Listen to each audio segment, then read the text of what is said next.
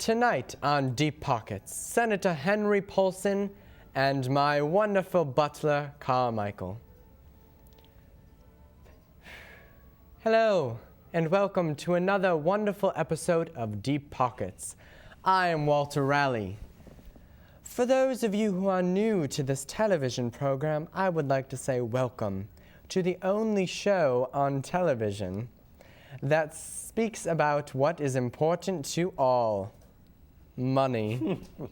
It is what makes me able to live this wonderful lap of luxury that I have become accustomed to. And I might say it truly is amazing. And with me, as always, is my fellow well-off friend and backgammon colleague, Arthur Bigsley. Oh, why, thank you, dear chap. And as always, you, sir, are a gentleman and a scholar. But really, he is a scholar. He has had 4 books published. I'm still waiting for my servant to finish them and tell me how they are. I would read them myself, but that would take away time, and as we all know, time is money. I couldn't agree more. But that is not the topic of today's program. Today, we are here to talk about something that has been in the news lately, the economy.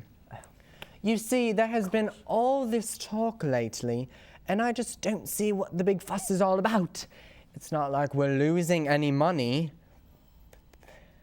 And by we, I mean myself and others like myself.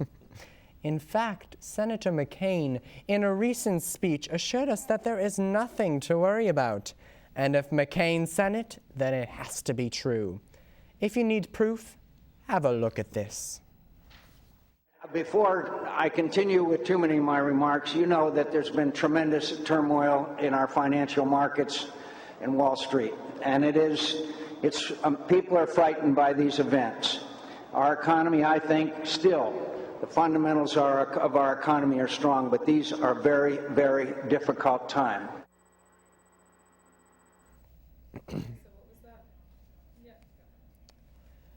So you can see, thanks to the words of our soon-to-be president, we have nothing to worry about. If my waitstaff is not complaining, and they are normal, just like that Joe, that plumber fellow I've been hearing so much about lately, they certainly don't seem to be affected, so you have nothing to worry about. Would have to say that I agree 100%. My staff seems to have never been happier, and I would know because I had them fill out a survey the other week to gauge their spirits, and they all checked yes. Granted, there was some minor struggling with the language barrier, but we were able to attend to that problem. Why, yes, I too surveyed my staff. The results came back positive, and I must say the disposition of 4 of them is quite jovial. 4? I remember you having a staff whose numbers exceeded much, much more than this minuscule number. Oh. It is funny that you should say that. It would appear that a number of my staff apparently didn't fully understand the question and checked the wrong box. And I cannot have people on my staff who cannot answer a simple question. Well, who do you get to find the remote control when you have misplaced it? Or give your fire a good poking when it is required? Or to adjust the water pressure on your bidet? Dear God, good sir, can you clean yourself comfortably when there is too much pressure? At the moment, I'm currently sifting through a wide selection of applicants, some of which are quite promising. In the meantime, we have been making do. If I ever have a problem with the plumbing, I could always find out if Joe is nearby. However, he seems to be pretty busy right now with his campaign. Oh, yes, yes. He sure has been a busy guy lately. Now, if we may switch gears for a moment to a topic that will surely interest you much more than this repetitive talk of money and politics. I would like to talk to you about an event that occurred the other day. Do Now, tell. First of all, I must tell you that I happen to have a fine collection of beautiful vintage and new automobiles. I believe I have heard the kids calling them whips or rides.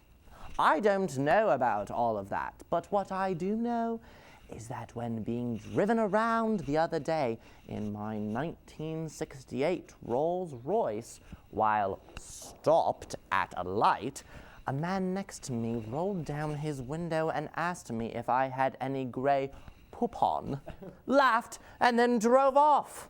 How terrible. Does anyone have any respect for their fellow driver these days? The absolute nerve of some people. My sentiments exactly. I just wanted to make it clear to everyone out there that even if you thought it may have been on a television commercial, it is not humorous.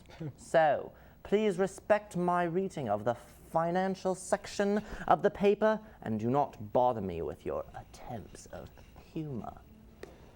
Well said, well said.